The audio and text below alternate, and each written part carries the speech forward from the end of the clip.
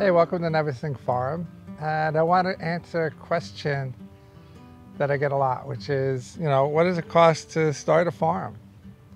And it's not easy to answer because it depends where you are. You're leasing your land, buying your land. I can talk about my experience. And when I started my farm 15 years ago, I leased the land. I did it for vegetables in exchange. We didn't have any cash.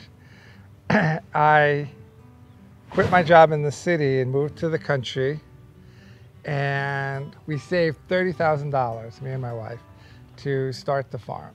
That was our all-in to the country, so it'd take a lot to move back to the city. So when I started, I felt it was important to have a house to grow in because it's so far up north, right? We're in zone 5A.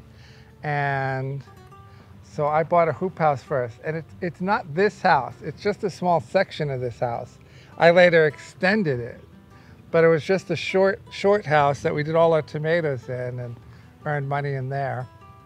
I bought a BCS, which I wouldn't do anymore because the next year I went no-till and decided not to till anymore after first year of just spending too much time in the field with the BCS. Didn't get a van, didn't get a wash station, got very minimal tools, some cultivation tools. Did soil blocks the first year, I had soil block makers, used the rest to live on. But as soon as I started earning money, then we got wind strip trays, paper pot transplanter, made sure we got a proper prop house, got an outdoor washing station. And that was really in the first couple of years. But that's how I got started. And as we earned money, we immediately invested it back in the farm. That's what we did.